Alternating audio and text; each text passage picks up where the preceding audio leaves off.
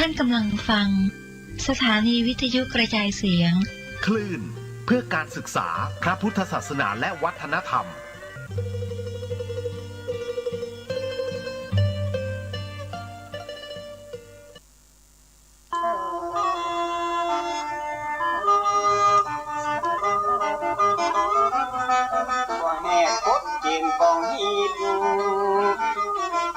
จะดีรายการธรรมะสร้างสรรค์ชีวิต1 ทุ่มถึง 2 ทุ่มของวัดฝายหินดำเนินการโดยท่านพระครูสมุวิสุวัตรเจ้าอาวาสวัดฝายหินเป็นผู้จัดสรรให้พระสงฆ์ได้นำเสนอหลักธรรมคำสอนแล้วก็การวิถีชีวิตของชาวพุทธในแบบดูแบบชาวพุทธอย่างไรและการนี้ก็มีญาติโยมฟังกันตลอดแล้วก็จะมีสาระเนื้อหาแต่ละรูปแต่ละองค์ก็บ่เหมือนกันบางองค์เป็นพระที่มีวิสัยทัศน์ประทุคนละอย่างบางองค์ก็พัฒนาบางองค์ก็เกี่ยวกับด้านสุขภาพร่างกายบางองค์ก็เกี่ยวกับการเจริญกรรมฐานล้วนแล้วแต่ว่าทุกอย่างอยู่ในรอยเท้าช้างก็คือกฎของอริยสัจสี่ที่จะให้เราได้หูได้หันถึงปัญหาภาวะของชีวิตก่อนที่จะเข้าสู่เนื้อหาสาระในวันนี้ก็ขออู้ถึงพี่น้องชาวจีนที่อยู่ในผืนแผ่นดินล้านนาแต่ก่อนนั้นเราคนจีนคนเมืองเป็นคนจีนเนี่ยเข้ามาในเมืองเชียงใหม่เขาเนี่ยมีความสัมพันธ์และไมตรีกันมานานที่เป็นคนพบถ้วยใบชาที่เบียงกุงกามที่เขียนว่าต้าหมิงว่ารี่เนียนจื้อน่ะต้าตัวใหญ่หมิงคือเขาเป็นราชวงศ์หมิงมีความสัมพันธ์และไมตรีกับราชวงศ์ของราชวงศ์เมงลายอย่างต่างๆนานาหลายร้อยปียังมีความสัมพันธ์กันเพราะว่าพี่น้องชาวจีนเป็นไปอยู่ที่ไหนเป็นก็ไม่สร้างความเจริญรุ่งเรืองเพื่อกับบ้านกับเมืองยกตัวอย่างเช่นเป็นสร้างมูลนิธิร่วมกับตันยูมูลนิธิปอเต็กตึงมูลนิธิสายใจไทยและหลายมูลนิธิเพื่อที่จะช่วยเหลือประชาชนเวลาเกิดภัยพิบัติไฟไหม้ก็น้ำท่วมก็อย่างต่างๆนานาเพื่อจะมูลนิธิก็ไปช่วยหรือปลาหิวปลาจ้ากันอันนี้เป็นขนบธรรมเนียมของพี่น้องชาวจีนถ้าเปิดไปอยู่ที่ไหนเปิดก็ไปสร้างแบบเนี้ยสร้างความเจริญมั่นคงกับบ้านกับเมืองเพราะว่านิสัยพื้นฐานของพี่น้องชาวจีนมีอยู่อย่างหนึ่งก็คือมีความขยันอดทนประหยัดและสิ่งหนึ่งที่พี่น้องชาวจีนฝังรากเข้าไปในจิตในใจคือขนบธรรมเนียมประเพณีการไหว้เจ้าการรำลึกถึงบุคคลที่มีคุณูปการตัวบ้านตัวเมืองอันนี้นี่เป็นหลักเลยทำให้คนจีนเป็นทำอะไรยังก็สำเร็จจับอะไรอย่างมากก็เป็นเงินเป็นทองเหมือนกับว่ามีอะไรอย่างมาช่วยเหลือเพื่อคุณพี่น้องชาวเหนือเขาก็เอาเป็นแบบอย่างก็ได้นะพี่น้องชาวจีนเป็นไปอยู่ที่ไหนไปก็จะสร้างความเจริญให้กับบ้านกับเมืองเหมือนกับลีไป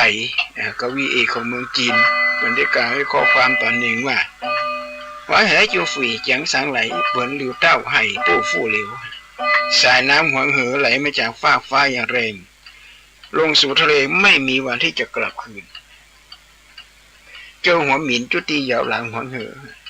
สายน้ำหวงเหอเป็นปู่ของอารยธรรมก็หมายความว่าคนเฮาก็ต้องมีความเคารพต่อธรรมชาติรู้จักบุญคุณของธรรมชาติเพราะธรรมชาตินี่คือทุกสิ่งทุกอย่างกับมนุษย์ในยุคนี้ปัจจุบันนี้เฮากำลังทำลายธรรมชาติถ้าแปลเป็นคำปืนบ้านเฮาก็บอกว่าเนรคุณต่อธรรมชาติเป็นต้นว่าไปตัดไม้ทำลายป่าไปถมดินถมหนองถม อย่างต่างๆนะไปฆ่าสิงสารสัตว์ที่เป็นควบคุมประชากรยกตัวอย่างเช่นตัวนิ่มคนไม่เอากับลิ้นตัวกินปวกตัวกินมดมันกินมดกินปวกวันหนึ่งเป็น3 กิโล 4 กิโลระยะอยู่ชอบกินปวกไม่ที่ไหนไม่คุดพุ้ยมันพอมันกินเสร็จแล้วปวกคนนี้ประชากรของปวกก็มันก็มาแพร่กระจายไปที่ไหนแล้วคนก็เอาไปกินกันฆ่าเป็นกินตัวนิ่มเนี่ยตัวกินปวกไปฆ่านกฆ่าอย่างต่างๆนานาทำลายนิเวศวิทยาทำให้บ้านเมืองเกิดปัญหาโรคภัยไข้เจ็บเพราะว่าสิงสารสัตว์เหล่านี้ในป่ามันไม่มีใครมาควบคุมพระเจ้าทรงค้นพบสัจธรรมหรือธรรมะครั้งแรกเนี่ยนะฮะคนบอกว่าเขาว่าครั้งแรกที่ปืนต้นว่าต้นไม้ต้นบะเกียงต้นบะเกียงแปลว่า1นะเป็นครั้งแรกเลยที่พระพุทธเจ้าทรงค้นพบสมัยพระองค์เสด็จพระราชดำเนินไปกับพระราชบิดาในวันแรกน่าควรมีจักกิมหรือมันก็อาจจะเป็นทุกโตจักกิมหรือเป็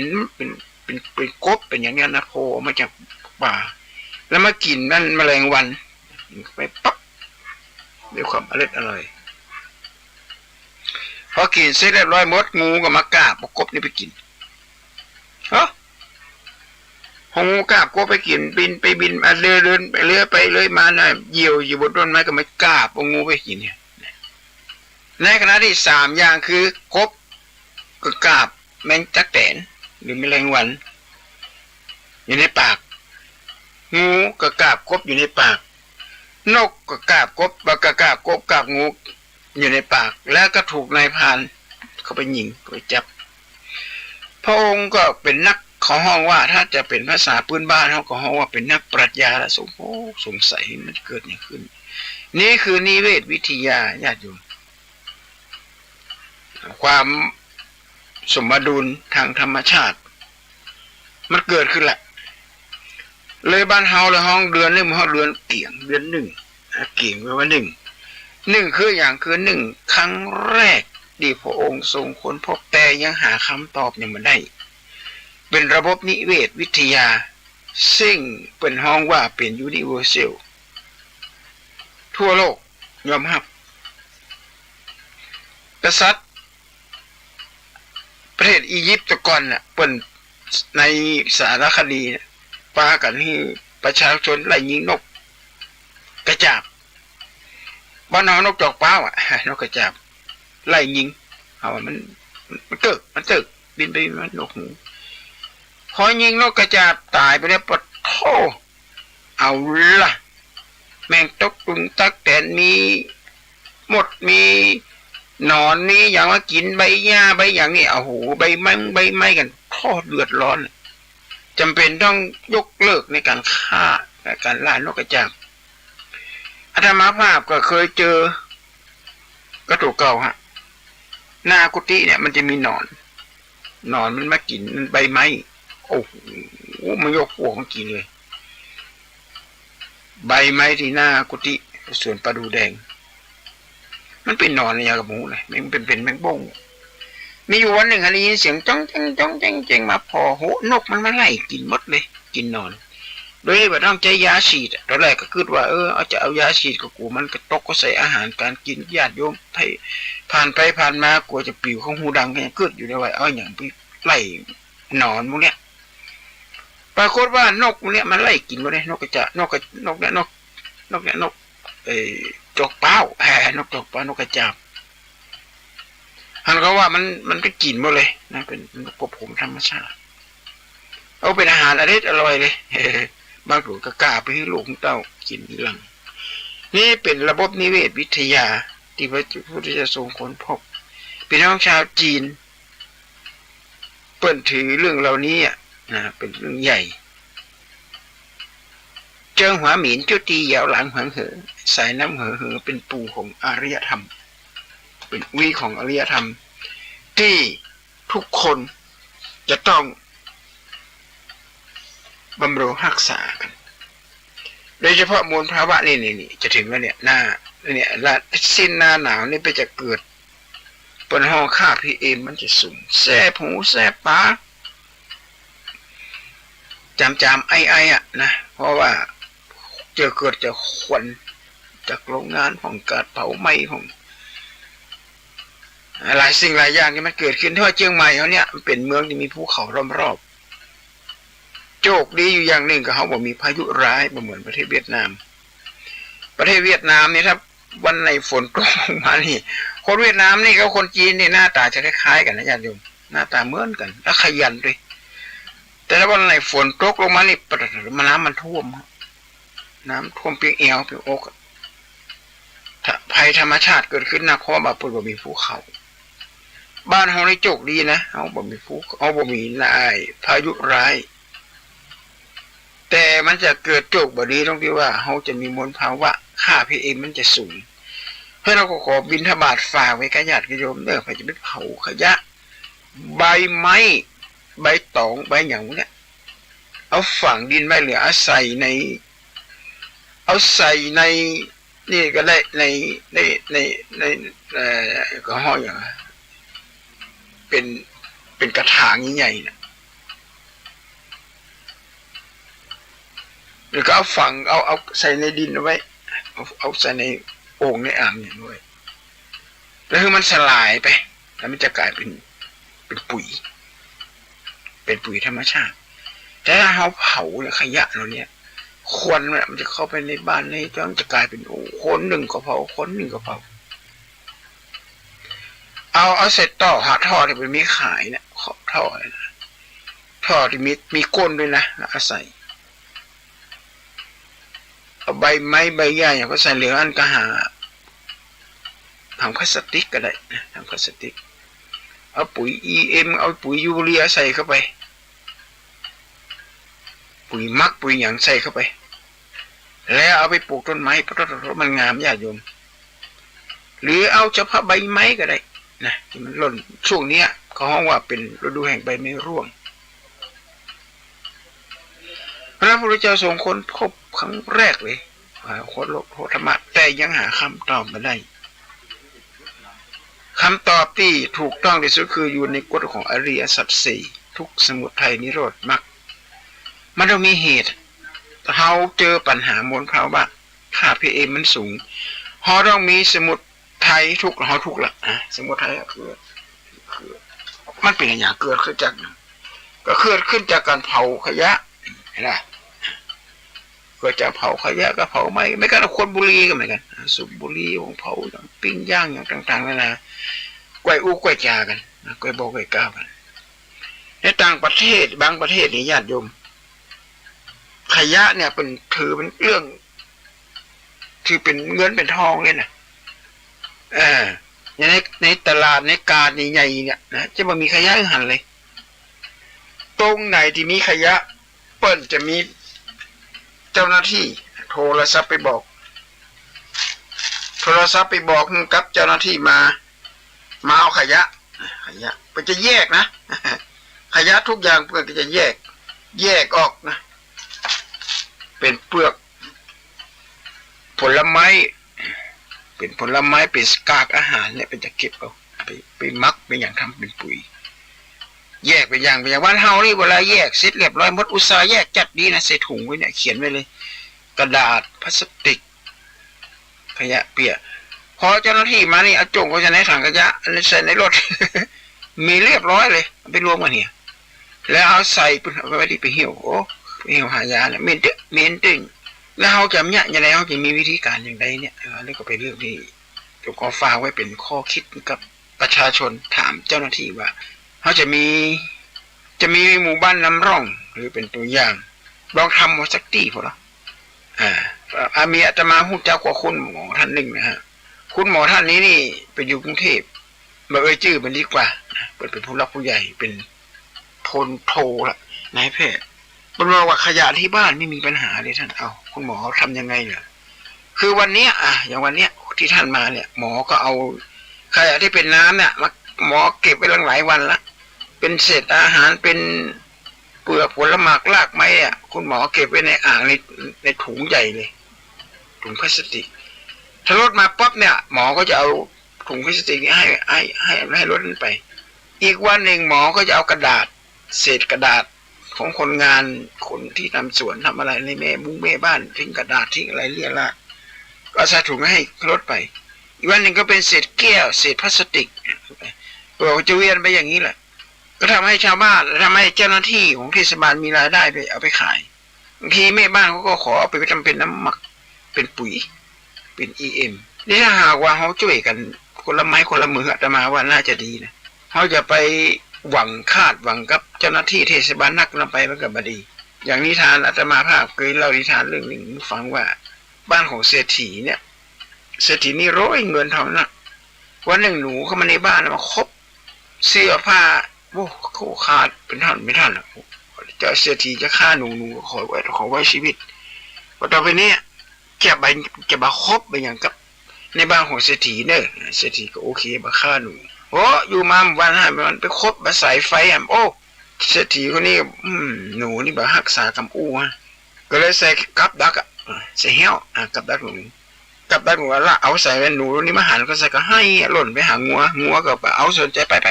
เรื่องของหนูมันจะเรื่องของงัวหล่นไปหาหมูบ่กำลังจะรับจะนอนไปไกลหล่นไปหาเป็ดก็ไม่สนใจหล่นไปหาไก่ก็ไม่สนใจหนูตัวนี้ก็ได้ก็นั่งให้โอ้ยอะไรจะช่วยขอความช่วยเหลือจากใครไม่สักคนปรากฏว่าเด้อจะงัดมางูมันมาไล่กินหนูฮะญาติโยมงูเห่างูจงอางมาแล้วหางไปทิ่มก็ใส่กับดักใส่มันป๊าบโอ้โหเสียงดังสนั่นไหวมันเจ็บฮะพองูตัวนี้เจ็บป๊บหนูเศรษฐีได้ยินเสียงก็ตายแล้วหนูพออู้มีสัจจะเศรษฐีเตี้ยวก็มาพอปรากฏงูมาคบเศรษฐีเป็นงูจงอางผิดตายเอาละคราวนี้เศรษฐีตายเนี่ยมันจะเรื่องน้อยนะคนรวยเจ้าของบ้านอันดับแรกที่สุดนี่ต้องฆ่าหมูก่อนหมูตัวที่นอนอยู่ฮะหมูขี้มีได้โดนลากเอาไปฆ่าเลยหน้าตาเฉยเอาไปเลี้ยงแขกต่อมาก็ฆ่างัวเนี่ยเอามาเลี้ยงแขกเนี่ยหมดงัวกัดไหนฆ่าเป็ดฆ่าไก่เอาไว้บวงสรวงมดเล้ามดทุกอย่างเลยตากันหมดบ้านนิทานเรื่องนี้สอนให้รู้ว่าปัญหาสังคมเนี่ยมันต้องไปเปิ่งไผ่นักต้องไปหวังคาดหวังนั่นคาดหวังนี้เขาได้ฟังธรรมะจากพระสงฆ์องค์เจ้าบนสอนเขาก็ต้องมาปฏิบัติพระเจ้าบอกว่าปัจจตเวที่จะพูดวินยูนี่คือวินยูนี่คือความหู้แจ้งหู้แต่เฉพาะตัวเก่าลักธรรมในทางพุทธศาสนาเป็นสอนเงาเนี่ยบ่ฮือไปยึดบ่ฮือไปอวดเอาฟังกันดีๆคนมาเนี่ยไปอวดลวกกันนะจะไปอวดหู้จะไปอวดลวกถือดียังไงความดีไปกับบ่ฮือถือนะถือดียังไงไม่ว่าให้ฉันอะไรก็ความดีกับบ่ฮือถือคือมีอยู่ในจิตอยู่ในใจตัวเก่าความหูกับบ่ฮืออวดนะอย่าไปอวดลวกไอ้คนเท่ามันเก่าเป็นว่าไปอวดลวกจะไปอวดหู้อวดลวกไปยังบ่ฮือถือนะเพราะฉะนั้นปัญหาอย่างต่างๆเราเนี่ยเราต้องช่วยกันคนละไม้คนละมือถ้าเราไปช่วยกันเนี่ยอาหารเป็นเผาขยะก็อาหารเป็นตัดไม้ทำลายปลูกทำลายป่าก็มีโอกาสตักเตือนกันหรือเป็นหูเป็นตาก็จะน่าที่ของบ้านเมืองถ้าบ้านแล้วเขาจะเดือดร้อนกันทั้งบ้านทั้งเมืองเปิดไปเดือดร้อนเขาอาจจะเดือดร้อนไปเลยเหมือนกับบ้านของเศรษฐีบ้านของเศรษฐีเนี่ยเป็นตัวอย่างหันเลยว่าถ้างัวตัวนี้มันเอาตีนไปเตะดันกับดักหนูเนี่ยกระจกหนูนี่ก็บาดตายงัวก็บาดตายและเศรษฐีนี่ก็จะต้องได้ห้องหนูนี่มาอู้ว่าถ้ายังขืนคบผ้าคบอย่างยังอยู่ต่อไปเนี่ยเมื่อเข้าบ้านแล้วจะฆ่าขว้างหนูก็มาฆ่าหนูก็ไม่ทำละอันนี้คือเป็นนิทานสอนนิยายโยนให้ฟังเป็นคติธรรมสอนนี่ได้รู้ว่าการที่จะอยู่ในสังคมอยู่ในหมู่ในคณะเนี่ยก็เป็นเรื่องที่สำคัญคนสมัยโบราณเป็นบอกว่าเด็กๆไม่ทิ้งพ่อไม่ทิ้งแม่คนแก่ไม่ทิ้งศีลทานสัมภารไม่ทิ้งวัดเจ้าฟ้ามหากษัตริย์ไม่ทิ้งประชาราษฎร์นักปราชญ์ไม่ทิ้งตำราอันนี้คือปัญหาของสังคมที่เขาจะต้องอยู่ด้วยกันเด็กๆไม่ทิ้งพ่อไม่ทิ้งแม่ยามเด็กเราต้องการพ่อก็ต้องการแม่ยามเฒ่ายามแก่พ่อแม่ก็ต้องการเราเมื่อ2-3 วัน ที่ผ่านมาตอนกลางคืนอาตมาภาพกำลังจะเข้าไปจำวัดพอดีมียามในวัดบอกว่าหลวงพี่ท่านพระครูมีคนแก่คนหนึ่งนะอายุก็กลางนี่แหละมาขอพักบอกว่ารู้จักคนนั้นรู้จักดีพูดจาไม่เคยรู้เรื่องหลวงพี่ไปคุยเอาท่านครูไปคุยหน่อยได้ไหมอาตมาภาพก็ลงจากนี้ไปวัดลุงมาจากไหนมาหาลูกแล้วผมจะขอพักที่วัดสักคืนหนึ่งเนื่องจากว่าเสื้อผ้าอาภรณ์ผมก็เอาไว้ที่โน่นแล้วก็มีผ้าไหมล่ะมีครับเดี๋ยวถ้าหากว่าทางวัดให้อนุญาตเดี๋ยวผมจะโทรไปให้ลูกสาวโทรมาให้เพราะไอ้อย่างมีลูกสาวยังไม่น้อยว่าลูกสาวคนอาตมาภาพก็เลยถามว่ามีบัตรประชาชนไหมเขากลัวคนต่างด้าวเอาบัตรประชาชนฝากไว้ที่ยามนะฝากไว้บอกยามเก็บบัตรประชาชนมันไว้มันดูหน้าตาเหมือนกันก็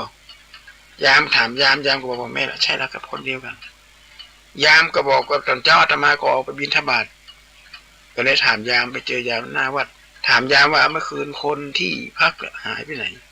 อ๋อลูกสาวเขามารับครับลูกสาวก็มาประมาณสักตีหนึ่งเนี่ยจะพาพ่อไปบ้านแล้วจะพาพ่อกลับมันเกิดอะไรขึ้นบอกว่าคุณพ่อไม่เคยเลี้ยงหนูเลยปล่อยให้หนูอยู่กับสถานเด็กกำพร้าแล้วคุณพ่อก็ไปมีเมียใหม่ตอนนี้เมียก็ตายลูกก็ไม่มีคุณพ่อก็ซัดเซ่พอดีจอยมาหาหนูก็มีครอบครัวแล้วเลยหนูเลยไม่รู้จะทำยังไงท่านไม่เคยเลี้ยงหนูอันนี้ยามปัดบอกฟังอาตมากับมาได้เจอแม่หญิงคนนี้ก็มาขึ้นคือดีว่าถึงแม้ว่าแม่พ่อบ่เคยเลี้ยงบ่เคยอย่างนี้แต่เขาบอกคนจะนี่ละคุณเราเพิ่นญาติโยมพ่ออย่างเรามือนี่ละคุณพ่อแม่เป็นผู้ให้กำเนิดอาการครบ32ประการเนี่ยนะที่เขามีอยู่เนี่ยก็เกิดจากพ่อจากนี่เพราะว่าเพราะเหตุผลของคนละก่อนอาจจะกึกขนองกันตอนนั้นยังหนุ่มยังแน่น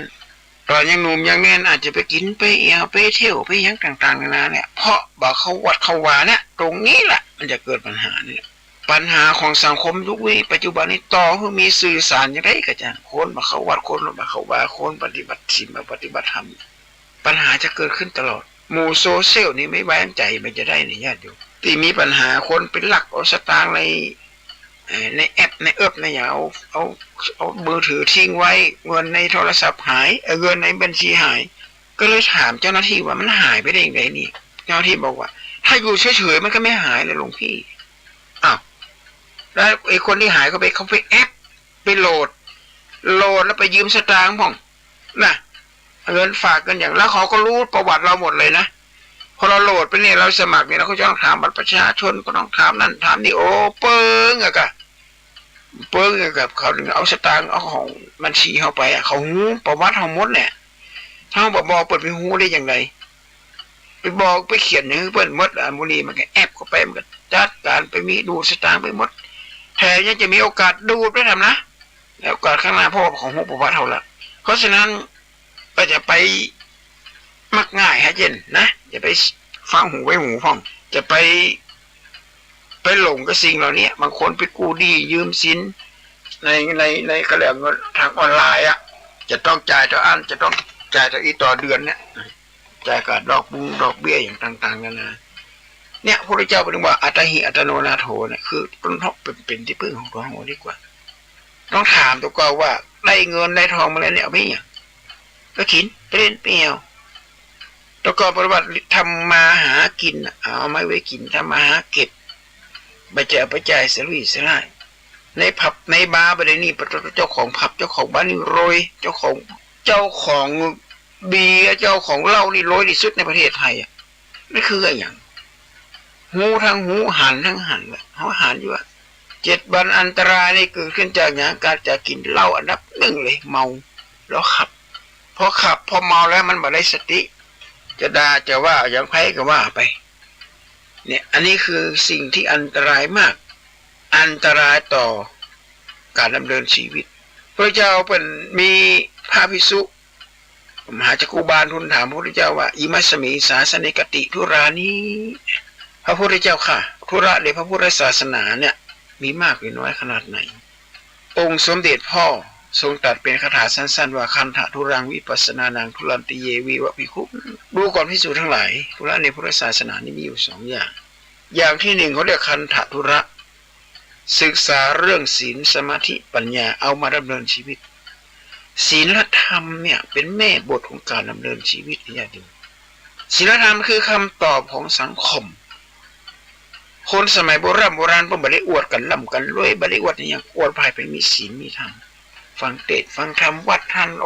วัดแต่ละวัดก็จะสร้าง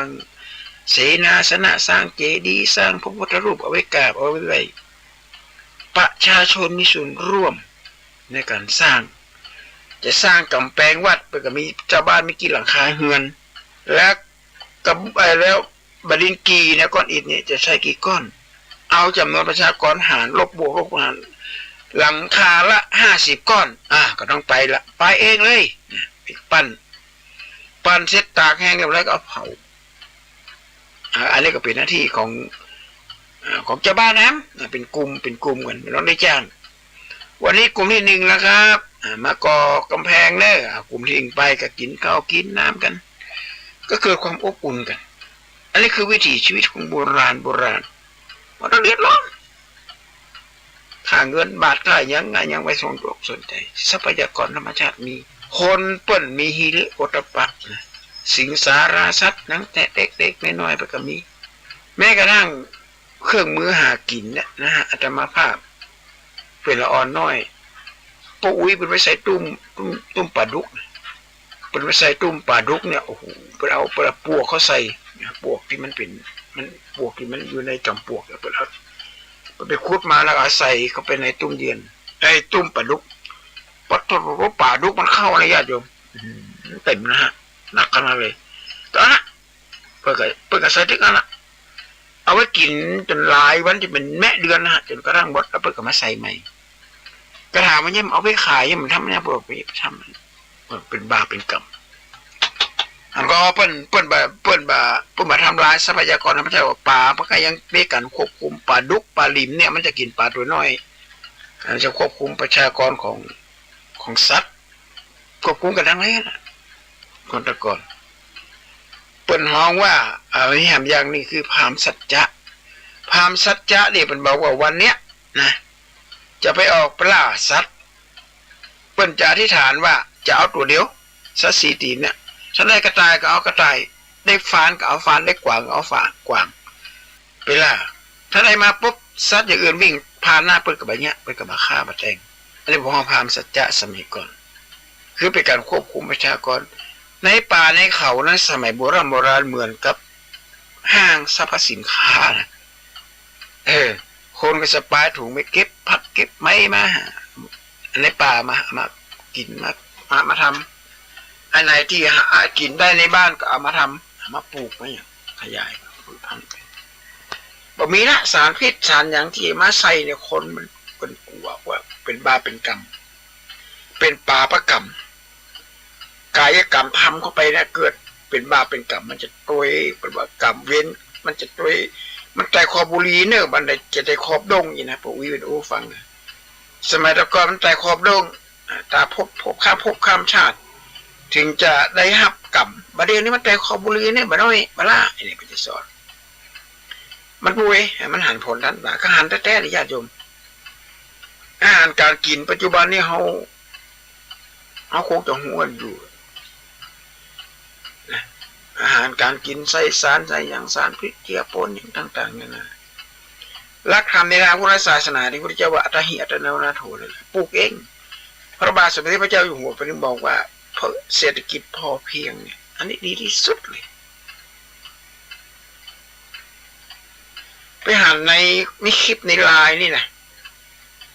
มีเจ้านาคนหนึ่งมันจะเจ้านานะญาติโยมเป็นเอาถังเนี่ยเป็นเอาถังเนี่ยเป็นเอาวนท่อเนี่ยท่อซีเมนต์นี่นะปิดก้นเนี่ยน้ำก็ใส่ดินเหนียวก็ใส่แล้วปลูกในบ้านนะญาติโยมปลูกเข้าในบ้านนะบ่ไม่ให้บ่มีนาเอาน้ำก็ใส่แล้วก็ปูเป็นแถวเลยมีตีบ้านกว้างปลูกได้ตลอดปีแล้วก็เขาได้กินข้าวนึ่งอย่างดีจะปลูกข้าวอย่างกับปลูกได้น้ำขังตลอดใส่ปุ๋ยใส่อย่างปุ๋ยกับปุ๋ยธรรมชาติขนาดตำรวจทหารก็ยังมาดูงานต่างชาติก็มาดูงานเปิ่นมีส่วนยังไม่ต้องทำให้ไทยนาล่ะ ถึงเวลามันก็เกี่ยวเสร็จมันก็ปลูกใหม่ อันนี้ก็ดีเนี่ยญาติโยมบางรายนี่ก็เอาถังน้ำเนี่ยถังใหญ่ๆน้ำ4 ลิตรน้ำ5 ลิตร4 ลิตร5 ลิตรเจาะหูแล้วเอาดินก็ใส่แล้วก็เอาหอมดวนพักไผ่ใบหอมเนี่ยก็เสียบแล้วห้อยไว้น้ำก็หดก็ถ้ามันออกใบออกอย่างงดงามสะอาดญาติโยมเขาทำเองเขาหูเองหูว่ามันแบบมีสารพิษเจือปนโอ้โหอันนี้ดีมากๆเลย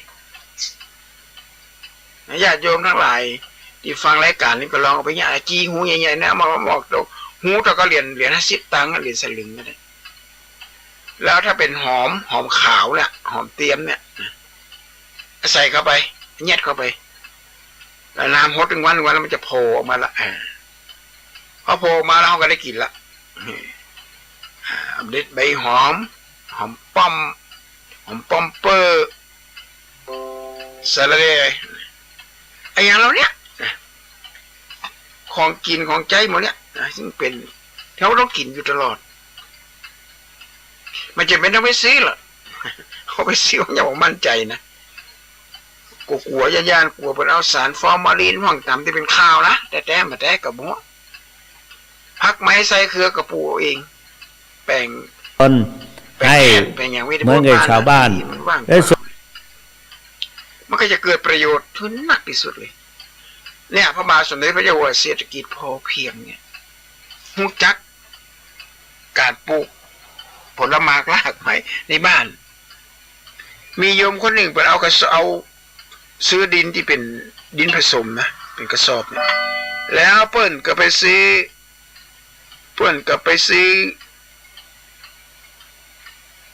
เขาให้กับมันเทศมันเทศมันเกี่ยวไข่นี่นะมันเกี่ยวไข่เนี่ยไปก็เอาเป็นใบมาเสียบไว้ในกระสอบฟางนะเสียบลากไว้ประมาณสักเกือบปีนะญาติโยมประกอบน้ำฮดน้ำอย่างเป็นวันแล้วเป็นเตะกระสอบเนี่ยปัดหัวมันใหญ่นะครับโอ้โหเจ้าก็กำปั้นมือนี่นะยาวๆใหญ่ๆเลย7 กระสอบ8 กระสอบปัดหันละไปทำได้นะญาติโยมพอเราไม่ยากกันพอแล้วประโยชน์มากเลยกระสอบปุ๋ยเนี่ยกระสอบฟางเนี่ยเอาก็ดินก็ใส่นะแล้วก็เอาจีหูเนี่ยแล้วก็เอาใบเนี่ยใบอย่างของใบมันเทศมันเนี่ยมันเกี่ยวเนี่ยใบเขาเสียบไปเนี่ยเสียบแล้วน้ำหดแล้วมันก็จะเกิดปฏิกิริยาทำเป็นหัวขึ้นมาเนี่ยแล้วไม้แล้วก็แมงก็บอกมากินด้วยนะเปิ้นใจพริกใจข่าเอาพริกเอาข่าเอาเสลียมเนี่ยตำเอาต้มแล้วก็มองมันเย็นๆแล้วก็ฉีดหมดแมงยังบอกเข้าใกล้เลยแมงกันตูแมงที่กินนั่นมันเทศมันเกี่ยวเหลืองๆนี่นะแดงๆมันหวานดินะก็ประสบผลสำเร็จเอาไปขายได้เลยให้เป็นเงินเป็นทองนี่แปรรูปคนเขามาเสกใบไม้เป็นเงินเป็นทองนี่เอาเงี้ยได้ไหนญาติโยมอยู่ในเมืองก็เงี้ยได้บนดาดฟ้าอย่างก็เงี้ยได้ก็ปลูกดีก็ปลูกล้างว่างเปล่าอันนี้ก็เป็นภูมิปัญญาอย่างหนึ่งเนี่ยที่พระพุทธเจ้าทรงค้นพบลักธรรมปืนก็บักเกียงต้นว้าคนเมืองเหนือของต้นบักเกียงเพราะอย่างที่ห้องต้นบักเกียงเพราะว่าเป็นครั้งแรกที่พระองค์ทรงค้นพบลักธรรมะที่ปรากฏอยู่ในธรรมชาติทุกหนทุกแห่งทุกบูเหล่าต่างคนต่างยอมรับทฤษฎีนี้เขาห้องไว้เป็นระบบนิเวศวิทยาการเวียนว่ายตายเกิดการอยู่ร่วมกันกับหมู่กับคณะ เหล่านี้เป็นต้นในวันผูกเนี่ยซึ่งเป็นวันตรุษจีนเป็นวันตรุษจีนพี่น้องชาวจีนเพื่อก็จะไปไหว้เจ้าไหว้อย่างถึงแม้นว่าตัวเองจะเป็นถึงผู้พิพากษาก็เป็นผู้รักผู้ใหญ่ก็ต้องลงมาเพื่อที่จะมาประกอบพิธีกรรมรำลึกถึงบุพการีชนเด็กๆไม่ทิ้งพ่อไม่ทิ้งแม่ยามเฒ่ายามแก่เปิ้นสิ้นบุญสิ้นอย่างไปเฮากับอุทิศส่วนบุญส่วนกุศลไปให้เปิ้นคนแก่ไม่ทิ้งศีลทานเนี่ยนะอายุหนักละเอาไว้ก็ถึงจะอันคำว่าทานะแปลว่าการเสียสละทานความเชื่อเสียสละจาคะเนี่ยเสียสละทรัพย์สมบัติที่เก็บเอาไว้เนี่ยมันมามีประโยชน์อย่างนักมันถ้าลูกหลานได้ประสบผลสำเร็จในหน้าที่การงานกับพ่อแม่เป็นปู่เป็นย่าก็ทำตัวให้เป็นเยี่ยงอย่างกับลูกกับหลานอันนี้คือเป็นสัจธรรมอันแท้จริงในญาติโยมในยุคนี้สมัยนี้ก็น่ากลัวมากเลยปัญหาที่มันเกิดขึ้นน่ะเขาบอกว่าสถานทำไมร้ายสงครามความเหลื่อมล้ำเศรษฐกิจวิกฤตโรคระบาดธรรมชาติถูกทำลายและการล่มสลายในด้านการศึกษาข้อสุดท้ายเนี่ยการศึกษาก็ต้องศึกษาเรื่องของธรรมะหน้าที่ที่ลูกหลานจะต้องรับประเด็นนี้ละอ่อนนี่ถือว่าก็น่ากลัวมากเลยญาติโยมประเทศชาติบ้านเมืองเขาจะต้องอาศัยละอ่อนแล้วเนี่ยเป็นนอนเนื้อกับประเทศชาติบ้านเมืองถ้านอนเนื้อเหล่านี้มีสมาธิสั้นว่าอย่างน้อยกับบันไดขี้โกรธอย่างเงี้ยยกตัวอย่างเช่นตำรวจตียิงละอ่อนตายถึง30 คนอันนั้นก็ไม่เป็นตำรวจแล้วไปกินยาบ้ายามาไผว่าก็บ่ได้ไผติไปเตือนก็บ่ได้อันนี้เป็นตัวอย่าง1 ใน 100นะที่เกิดขึ้นโหชนะก็โดนไล่ออกจากตำรวจแล้วโกรธแค้นขนาดนักมันยิงละอ่อนตายไป30 คนยิงตัวเขาตายในหัวอกของพ่อแม่ที่มีลูกอยู่คนเดียวหัวเกี้ยวหัวแหวนที่จะได้ไปป้าอาศัยไปมีเรียบร้อยอันนี้ละนะขอฝากไว้เป็นข้อคิดกับญาติกับโยมเพราะการฟังเทศฟังธรรมในวัดพระสิงห์วรมหาวิหารพระเดชนำโดยพระเดชพระคุณพระเทพสิงหวราจารย์เนี่ยวันอาทิตย์ทุกๆวันเปิ้นจะมีการตอนเจ้าจะใส่บาตรหน้าวัดใครมีเวลาว่างก็มาใส่บาตรกันใน7 โมงเป็นต้นไปใส่บาตรกันเป็นกติธรรมงดงามมากเลยญาติโยมเป็นร่วมกันกับเทศบาลเชียงนครเชียงใหม่มาใส่บาตรกันตอนเจ้าวันอาทิตย์และตอนเย็นเนี่ยเปิ้นจะมีการปาฐกถาธรรมแล้วก็สวดธรรมจักรปวัตนสูตรโดยเฉพาะช่วงระยะเนี้ยนะญาติโยมช่วงระยะเนี้ยเราจะต้องมีการสวดถวายพระพรชัยมงคลครับสมเด็จพระเจ้าลูกเธอเจ้าฟ้าพัชรกิติยาภานเรนทราเทพวดีกรมหลวงราชสาลีนีสิริพัชรมหาวัชรธิดาพระองค์ทรงประชวรอยู่เราต้องช่วยกันสวดถวายพระพรพระองค์ท่านเวลา5 โมงเป็นต้นไปหลังจากสวดธรรมจักรเสร็จก็จะมีการปาฐกถาธรรมหัวข้อในการในการปาฐกถานั้นกันเรื่องมงคลและสูตรแต่ละข้อจะนิมนต์พระสงฆ์จับฉลากกันแล้วก็เอามาอธิบายให้ญาติโยมได้ฟังเราเนี่ยญาติโยมนี่คือเป็นอาหารใจอาหารกายเขากินอิ่มหนำสำราญแล้วเอามากินอาหารใจกันครับอาหารใจนี่ก็คือว่าภายในเนี่ยนะทั้งนอกเขาว่าอาบน้ำใช้สบู่ยาสีฟันแบรนด์เนมสบู่แบรนด์เนมแชมพูแบรนด์เนมเสื้อผ้าแบรนด์เนมเขาตกแต่งงดงามมากแต่ต่างในเขาไม่ได้ใส่ของแบรนด์เนมเข้าไปของแบรนด์เนมนั่นก็คือธรรมะของพระพุทธเจ้านะฮะขันติความอดทนสุรจะความสงเงียมมันทำให้งาม2 อย่างทำเป็นโรคบาลคุ้มครองโรคคือฮิริโอตปะ คือมีความละอายกับจิตกับใจเวลาจะทำมาอย่างนี้ไปอันเนี้ยญาติโยมของใกล้ๆตัวเขาลืมนึกไปเหมือนกับที่อาตมาภาพได้ยกเป็นตัวอย่างเกี่ยวกับเศรษฐีคนเนี้ยเศรษฐีคนนี้ก็ที่ว่างูโดนหนูเนี่ยเศรษฐีที่จะเอากับดักไปตักหนูเนี่ยก็ถูกก็ไปของูมาช่วยงูก็มาสนใจ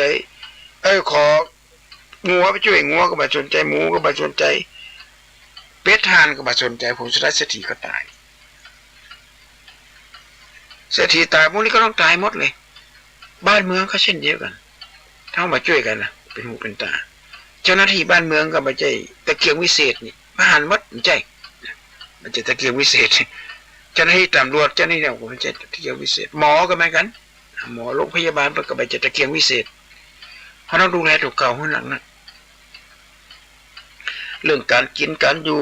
การดูแลสุขภาพเนี่ยก็เป็นเรื่องที่สำคัญมากเลยถ้าไผ่บ่เกิดไปนอนโรงพยาบาลคนนั้นจะบอกว่าสุขภาพเขาเนี่ยมันมีความสำคัญขนาดไหนมีเงินกองท่วมหัวมีเงินเป็นล้านก็การสุขภาพที่ดีงามไม่อยากดูจะบอกออกกำลังกายกันให้นักตามหลักถูกต้องอนามัยจะได้แก่จ้ายืดอายุไขพ่อหมอวิจัยเอาไว้อย่างนี้สดชื่นแจ่มใสกระเป๋ากระปี้รับรองว่าดีเลิศล้นเรื่องเล่าบุรีหลีกหนีพ้นประกาศเริ่มต้นในสิ่งที่ดีงามอบายมุขของทุกขวากหนามจงพยายามหลีกหนีให้ได้ขยันทำบุญกินตาน้ำไว้เป็นลมโพไซเปิงปะฟังน้ำกำสอนบวรพุทธะก็จะได้สล่างใจในฟังพระเตจีก็ได้จะได้แข็งใจสร้างกรรมมันไหนก็หับกรรมอย่างนั้นเขาสร้างอย่างไม่ได้เกิดขึ้นอย่างนั้นญาติโยมปัญหานะเด็กๆไม่ทิ้งพ่อไม่ทิ้งแม่คนแก่ไม่ทิ้งศีลทานสัมภารไม่ทิ้งวัดพระสงฆ์องค์เจ้าก็ต้องอยู่วัดอยู่มากันข่าวสารของพระสงฆ์เนี่ยเขาก็ต้องแบ่งสู้นะบางทีคนเป็นมันภาพมันตัดต่อกันได้เนี่ยญาติโยมบอกว่าเสียงบอกว่าภาพอย่างพวกนี้มันตัดต่อกันได้ตัดต่อจากหายเป็นดีจากดีเป็นหายกันเลยเพราะฉะนั้นในโยนิโสมนสิการคือมันใกล้ควรตรึกตรองให้ดีว่าสิ่งที่มันเกิดขึ้นเนี่ยเราต้องพิจารณากันแม้กระทั่งนับถือพระสงฆ์องค์เจ้าก็เหมือนเดียวกันหลักธรรมในทางพุทธศาสนาเป็นศาสนาที่มีการอ้อนวอนนะบัดได้อ้อนวอนแต่พระพุทธเจ้าเขาบอกกับบัดได้ปฏิเสธสิ่งศักดิ์สิทธิ์บัดได้ปฏิเสธลูกทูตผีปีศาจบัดได้ปฏิเสธสิ่งเหล่านี้แต่บางเขาไปยึดกับสิ่งเหล่านี้ไปหลงงมงายกันนั่นไปเจ้าบางตนก็ไปท่อไปจุไปไล่ญาติโยมไปเรียกอะไรไปเคาะในบ้านในอย่างผมเพราะฉะนั้นก็อยากจะกินอยากจะทานนะพระที่ดีอยู่ในวัดอยู่ในโบสถ์พระไม่ขี้ไม่โกรธอยู่ในหนองในสระพระผู้เสียสละอยู่ในบ้านแต่พระจริงก็อยู่ในวัดในโบสถ์อยู่ใกล้วัดไหนก็ไปวัดนั้นแหละไผ่มาเรียกอะไรบอกโอ้ยแม่ตาละไอแม่ไปตามวัดนี่ใกล้วัดนี่ไอ้ที่มาเรียกอะไรที่มาเคาะประตูบ้านกันอีกนึกทำการสรุปโยมจะไปเกี่ยวเป็นเด็ดขาดแต่บ่มีจริงเนอะอาจจะมาฟันธงอะไรบ่มีจริงอ่ะเพราะการไปเรียกอะไรมันไม่ได้ถูกต้องตามกฎหมายนะพรบคณะสงฆ์พรบการเรียกอะไรนี่บ่มีนะญาติโยมบ่มีเนอะลูกเจ้าตนใดคนบ้านคนใดเอาปลายห้อยคอมาขอให้หัวหอมอีนอะไรเฮอไปเลยบอกบ่ได้อีแม่ตายไปแล้วตะกี้นี่ไม่หอมไปละแปลงวิหารแปลงศาลาขุดน้ำบ่อสร้างกำแพงการกันเข้าอีแม่ตาลไปละพอละมันแล้วเขาใกล้ถ้าเขาได้วันคนหนึ่งต่อสัก3 บาท10 บาท3 บาทได้100 คน50 คนมันต่อไหนล่ะได้เงินเป็นพันนะญาติโยมขอทานแต่แล้วแหละที่ข้าวที่ลงอย่างนั้นขอทานไปนอนห้อง VIP ของโรงแรมแล้วไปพิษหัวกันอ่ะกับผัวกับเมียหานกันไปลงตัวผัวไปมีเมียน้อยเอาอ่อนมาอึบนั่นเมียกับปอใจถามไปถามมาโอ้อุปกรณ์ในบ้านในห้องมีอุปกรณ์เกี่ยวกับแข่งปุดขาด้วนบัจจัยของแต่แล้วนี่สืบไปสืบมาขอทานในวัน4-5 ปันระยะดุมโอ้ดีเลยทุกเจ้าก่อนนะ ล้วนดีเหลืออันเจ้าบ้านก็เขาหากินเขายังไปได้นักขนาดนี้เลย เพราะฉะนั้นก็ถึงเวลาเขาจะต้องช่วยกันไว้เป็นหูเป็นตากันถามว่าเอามาจากไหนอาตมาเคยมีเหมือนกันมาจากไหนเนี่ยถือขันสลุงเอาป้ายห้อยคอมาจากไหนเนี่ยมาจากวัดห้าไม่ได้เดี๋ยวขอตรวจดูก่อนร่นหนีเลยฮะญาติโยม อ้าวจะหนีไม่ยังอ่ะร่นหนีไปเลยแล้วของแท้ไปหนีได้อย่างไรอ่ะก็บอกกันแท้ๆกะเนี่ยนะจะกินจะทานก็ไปวัดไปบาเขาเคยสร้างวัดพ่อแม่เขาเคยสร้างวัดสร้างบ้านที่ไหนก็ไปทำบุญที่นั่นเถอะอยู่ใกล้วัดไหนไปทำวัดท่านหรือเคารพนับถือพระรูปใดรูปหนึ่งเป็นกรณีพิเศษที่เปิ่นมีการก่อสร้างที่จะบ้านเมืองกับบ้านกับเมืองเนี่ยนะเอาไปกินไปทานได้เชื่อใจได้อีนั่นได้เนาะแต่พระรูปนั้นน้อยแหละห้องเมนูมันดังเหมือน ตัวอ่อนแต่ว่ามันซื้อนะอุปโลกตัวเองเป็นครูบุ้งครูบาเนี่ยนี่ไปเชื่อนะเจนนะฟังหูไปหูวันนี้แต่ว่าภาพก็ใจเวลามันพอสมควรแล้วนะญาติโยมก็ขออวยพรให้ญาติโยมมีความสุขความเจริญในหน้าที่การงานแล้วถ้าใครมีเวลาว่างก็มาฟังเทศน์ฟังธรรมที่วิหารหลวงวัดพระสิงห์วรมหาวิหารเปิ่นมีการเทศน์ตอนเย็นมีการเทศน์ตอนเย็นบรรยายธรรมะสวดธรรมจักรปวัตนสูตรเพื่อเปิดเกิดเป็นสิริมงคลกับตัวเก่าเมื่อกับชีวิตในวันนี้อาตมาภาพก็จะเปลี่ยนน้องหลายญาติจะโยมไปกันเด้อหวังว่าโอกาสหน้าวันศุกร์หน้าก็จะได้มาพบปะกันใหม่วันนี้ก็ขอจากก็อยากจะโยมไปก่อนเพื่อจะให้เรื่องการอื่นต่อไป